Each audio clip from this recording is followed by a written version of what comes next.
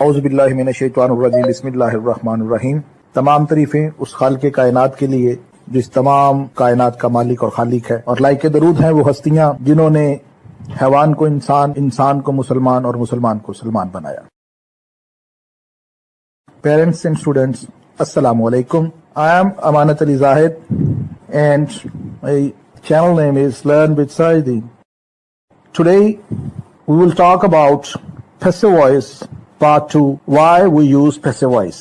Dear students, as you know that I have told you that active mean do and passive mean be. अपने lecture में हमने सीखा था कि active voice का मतलब होता है do और पैसिव वॉइस का मतलब होता है be.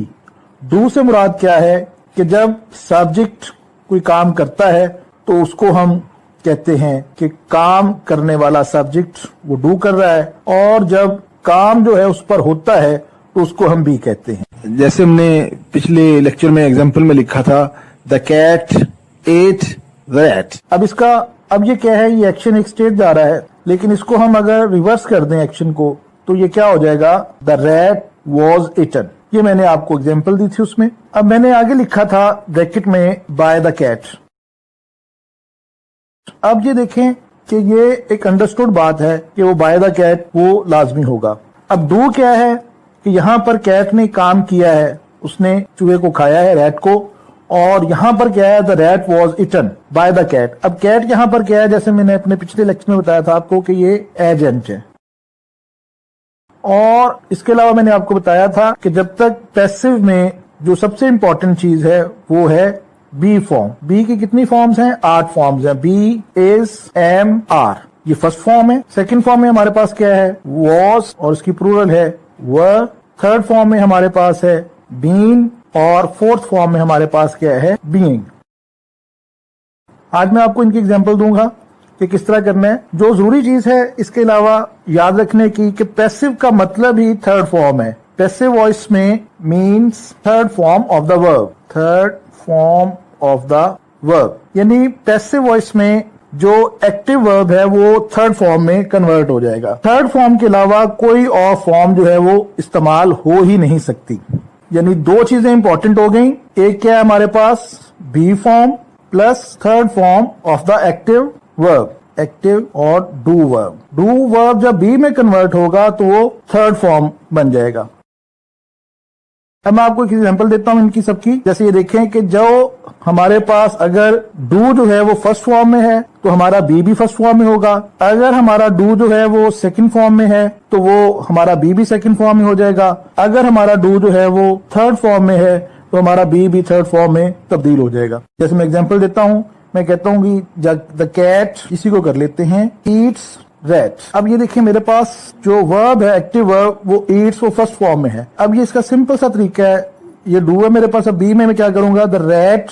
अब ये सिंगुलर है, अब सिंगुलर के साथ मुझे बी की जो है वो फर्स्ट फॉर्म चाहिए, क्योंकि यहां पर मेरे पास डू जो है फर्स्ट फॉर्म में है, तो वो रैट के साथ क्या आएगा, इज, रैट इज इटन।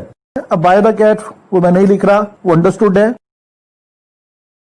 अब ये देखिए ऊपर मैंने वो सेकंड फॉर्म में लिख चुका हूं, द कैट एट रैट। अब मेरे पास ये देखें क्या है, सेकंड फॉर्म में है, मैं क्या लिखूंगा, रैट। अब बी की मुझे सेकंड फॉर्म ही चाहिए। अब यहाँ पर रैट है, ये सिंगुलर है, तो मुझे वॉज चाहिए, रैट वॉज इटन। ठीक है। अब ये देखें कि यहाँ पर देखिए ये मैंने थर्ड फॉर्म है और ये भी मेरे पास थर्ड फॉर्म है। यहाँ पर फर्स्ट फॉर्म थी, यहाँ पर सेकंड फॉर्म थी, लेकिन पैसिव में जब डू जो है वो बी में जाएगा तो वो थर्ड फॉर्म में कन्वर्ट हो जाएगा। इसके बाद देखिए मैं कहता हूं, ये टेंस वाइज में कर रहा हूं, the cat will eat rat. अब देखें मेरे पास विल आया हुआ है। अब रैट के साथ मुझे पता है विल ही आना है, क्योंकि आई और वी के साथ शेल लगता है, बाकी सबके साथ विल लगता है। रैट विल वैसे आ गया। अब ये कौन सी फॉर्म है मेरे पास, फर्स्ट फॉर्म है, तो मुझे बी की भी फर्स्ट फॉर्म ही चाहिए, रैट विल बी इटन। समझ आ रही है बेटा जी। अब देखें मैं कहता हूं the cat is eating rat. अभी देखिए रैट के साथ इजी आता है, आर तो नहीं आएगा क्योंकि सिंगुलर है, इज आ गया। अब ये मेरे पास कौन सी फॉर्म है, फोर्थ फॉर्म है। आईएनजी फॉर्म को हम फोर्थ फॉर्म कहते हैं। अब मुझे भी बी की फोर्थ फॉर्म ही चाहिए, वो मैं लूंगा बीइंग, क्योंकि इसने डू है, ये जब बी में जाएगा ये थर्ड फॉर्म हो जानी है, इटन। अब इस तरह देखिए the cat was eating rat. अब ये देखिए रैट रेड के साथ वॉज आएगा, जो वॉज है तो वॉज ही है। अब ये कौन सी फॉर्म है स्टूडेंट? ये फोर्थ फॉर्म है, तो मुझे भी फोर्थ फॉर्म चाहिए, बीइंग इटन। उसके बाद देखें the cat has eaten rat. ये देखिए रैट, अब रैट के साथ हैज ही आएगा, हैव तो नहीं आ सकता क्योंकि ही शी इट और सिंगुलर थर्ड पर्सन के साथ हैज इस्तेमाल करते हैं और बाकी सबके साथ है इस्तेमाल करते हैं। रैट हैज, अब ये कौन सी फॉर्म है मेरे पास? Yes, third form. अब मुझे भी बी की थर्ड फॉर्म ही चाहिए, वो क्या लूंगा मैं? Been. The rat has been eaten. उसके बाद देखें the cat had eaten rat. अब देखिए फिर आप खुद करेंगे, रैट हैड का हैड आ गया क्योंकि पास्ट परफेक्ट टेंस में सबके साथ हैड इस्तेमाल करते हैं। अब ये कौन सी फॉर्म है? यस, थर्ड फॉर्म है, तो हमें भी थर्ड फॉर्म चाहिए, वो मैं क्या लूंगा? बी की been, had been eaten. Next देखें the cat will have eaten rat. अब क्या हो जाएगा बेटा? रैट, अब इसके साथ विल वैसे ही आएगा, विल हैव जो है टेंस वही चलेगा। अब ये कौन सी फॉर्म है मेरे पास? थर्ड फॉर्म है। अब क्या करूंगा मैं? Been, will have been eaten. अब ये देखिए ये 8 फॉर्म्स थी मेरे पास बी की और 8 ही टेंसेस के जो है वो पैसिव बनते हैं। अब जो 4 टेंसेस टोटल 12 होते हैं, वो जिनके नहीं बनते उनमें ऑलरेडी बी होता है, तो हम किसी भी सेंटेंस में दोबारा बी नहीं डाल सकते। ठीक है, ये देखिए जैसे मैं कहता हूं, आपको एग्जांपल देता हूं, the cat will be eating rat. अब ये कौन सा टेंस है? ये फ्यूचर कंटिन्यूअस है। ठीक है, अब ये देखें कि इसमें ऑलरेडी जो है वो मेरे पास बी भी है और फोर्थ फॉर्म भी है, तो मैं अब इसमें जब मेरे पास ऑलरेडी बी है तो मैं इसको कन्वर्ट नहीं करूंगा, इसलिए फ्यूचर कॉन्टिन्यूअस टेंस जो है वो पैसिव वाइज उसके नहीं बनते। इसके बाद देखें आप, the cat has been eating rat for 1 hour. अब ये देखें यहाँ पर मेरे पास बीन ऑलरेडी है, बी की फॉर्म है, थर्ड फॉर्म है, तो अब इसको मैं कन्वर्ट नहीं कर सकता। इसी तरह आप देखें the cat had been eating rat for 10 minutes. अब इसमें ऑलरेडी बीन है। Cat will have been eating rat for 10 minutes. अब इसमें भी देखें ऑलरेडी बी है मेरे पास। सो क्या हमें लेसन यहां पर मिला कि future continuous, present perfect continuous, past perfect continuous and future perfect continuous, इन चारों टेंसेस के पैसिव वॉइस जो हैं वो नहीं बनेंगे। Is it clear?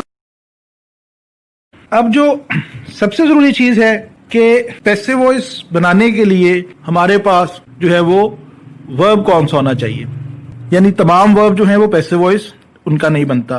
पैसिव के लिए जरूरी क्या है कि हमारा जो वर्ब है वो ट्रांसिटिव होना जरूरी है। वर्ब कितनी तरह के, जो सबसे इंपॉर्टेंट चीज है, वर्ब्स 2 तरह के होते हैं जो मोस्ट हम इस्तेमाल करते हैं, वो है transitive and intransitive.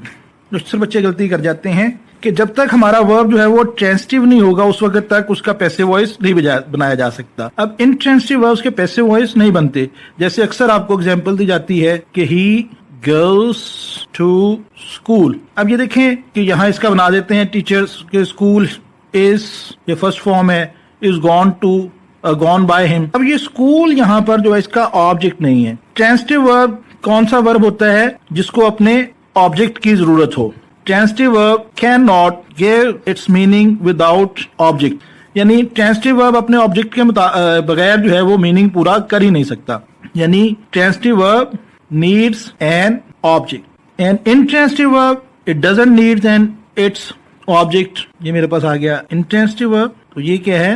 It doesn't need its object, ये ऑब्जेक्ट के बगैर जो है वो मीनिंग पूरा करेगा। अब यहां पर स्कूल जो है इसका ऑब्जेक्ट नहीं, ये क्या है? कंप्लीमेंट। इसको क्या बोलते हैं? कंप्लीमेंट। बात समझ आ रही है? अब मैं इसको इसकी और एग्जांपल देता हूं।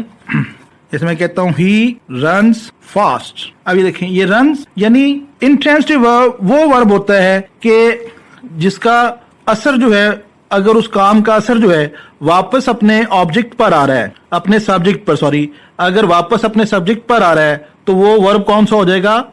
इंट्रांसिटिव हो जाएगा। जैसे ही रन्स, अब रन्स का असर वापस किस पर आ रहा है? अपने सब्जेक्ट पर। अब थकना किसने है? सब्जेक्ट ने। फास्ट या स्कूल को तो कोई फर्क नहीं पड़ रहा, जैसे वो गोज मैंने लिखा है, लेकिन इंट्रांसिटिव वर्ब जो होता है उसको जरूरत होती है अपने ऑब्जेक्ट की। जैसे मैंने लिखा द कैट एट, बिल्ली खाती है, क्या खाती है? There must be something to eat, वो मैंने क्या लिखा? रैट। अब ये देखें कि इस वर्ब का मेरे पास ईट जो वर्ब है इसका असर आगे किस पे कन्वर्ट हो रहा है? अपने ऑब्जेक्ट पर। ठीक है, सो पैसिव वॉइस बनाने के लिए हमारे वर्ब का ट्रांजिटिव होना जरूरी है। इसके अलावा एक और वर्ब होता है, उसको हम बोलते हैं डायट्रांजिटिव। बच्चों को इसका बहुत कम इल्म होता है, ये आपके लिए इस तौर पर मैं लिख रहा हूँ, डायट्रांजिटिव उसको कहते हैं। अब डाई का मतलब क्या होता है? दो, जैसे आपने बायो में पढ़ा होगा डाइकोट और मोनोकोट, डाई का मतलब ही दो होता है।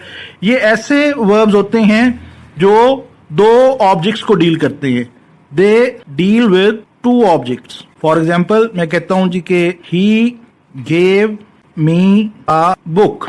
अब ये देखिए इसके दो ऑब्जेक्ट्स हैं, एक ये मी है और एक ये आ बुक है। अब इसको हम दो तरह से बना सकते हैं। आ बुक मैंने लिख लिया। अब ये मेरे पास कौन सी फॉर्म है? डू की सेकंड फॉर्म है, तो मैं यहां पर भी सेकंड फॉर्म ही लिखूंगा। अब बुक के साथ क्या आएगा? वॉज आएगा। Was given to me by him. अब इसको मैं यूं भी लिख सकता हूं, I was given a book by him. अब ये देखिए मेरे पास मैंने दोनों तरीकों से इसका बना के दिखाया है, मी के साथ भी और बुक के साथ भी। अब ये वर्ब मेरे पास क्या हो गया? डायट्रांजिटिव। अब ये मेरा वर्ब क्या है? डायट्रांजिटिव है। अब ये दो ऑब्जेक्ट्स को डील कर रहा है। अब इसमें जो बुक जो है वो डायरेक्ट ऑब्जेक्ट है, इसको हम क्या बोलेंगे? Direct object. और ये मी जो है वो इनडायरेक्ट ऑब्जेक्ट है, क्योंकि बुक पहले है, बुक होगी तो मुझे देगा। एक देखिए, आप देखिए कि मैंने बुक्स निकाली बैग से, एक बुक निकाली, बुक क्या होगी? डायरेक्ट होगी, और जिसको मैं दे रहा हूं वो मेरे पास बाद में आ रहा है, वो क्या हो गया? मेरे पास सेकंड ऑब्जेक्ट हो गया, उसको हम कहते हैं इनडायरेक्ट ऑब्जेक्ट। तो इसको दोनों तरीकों से जो है वो बनाया जा सकता है। I hope it is very informative for you and you will like it and subscribe my channel. I am waiting for your comments. Please subscribe my channel and be with me. Learn with Saidin. Thank you very much. इसका third part जो है वो इंशाल्लाह, उसमें मैं आपको जो मैंने वो रीजंस दी थी कि why we use passive voice, उनकी एग्जांपल जो है वो इंशाल्लाह मेरे थर्ड लेसन का जो है वो इंतजार कीजिए। अल्लाह हाफिज, शुक्रिया।